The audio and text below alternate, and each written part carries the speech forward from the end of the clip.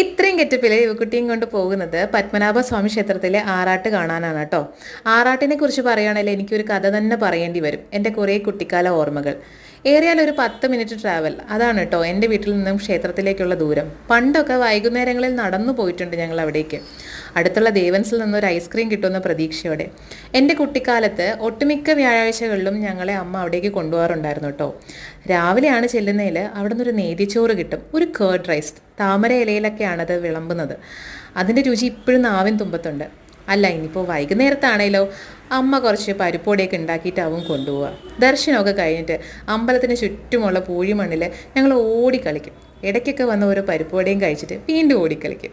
അങ്ങനെ ഓടിക്കളിച്ച് നടന്നിരുന്ന ഞങ്ങളെ ഇന്നലത്തെ പോലെ ഓർമ്മയുണ്ട് കേട്ടോ. പണ്ടൊക്കെ ആറാട്ട് കാണാൻ ഒരു ആഘോഷം എന്നോണമായിരുന്നു പോയിരുന്നത് കേട്ടോ. ബാൻഡ് മേളവും ചെണ്ടമേളവും ആനയും കുതിരയും പട്ടാളവും ട്രാവൻകൂർ രാജാവും എന്ന് വേണ്ട സർവത്ര സന്നാഹങ്ങളോടെയായിരുന്നു ആറാട്ടുണ്ടാവുക. അത് കണ്ടു നിൽക്കുക എന്ന് പറയുന്നത് ഭയങ്കര രസമുള്ളൊരു കാര്യമായിരുന്നു.